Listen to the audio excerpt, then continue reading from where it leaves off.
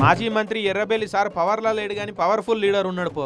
నియోజకవర్గంలో రైతులు నీళ్లు లేక అరికోసలు పడుతున్న చూసి వాళ్ళను మందలిచ్చేందుకు ఎర్రటి ఎండల పొలం బాట పట్టిండిగా.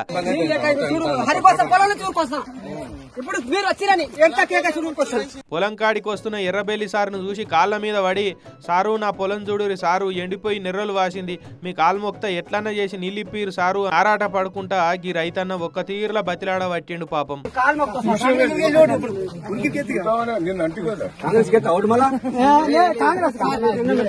ఇక రైతులు అట్లా గోసపడుతున్న చూసి ఎర్రబెల్లి సార్ కలుక్కోనట్టయింది మనసులా.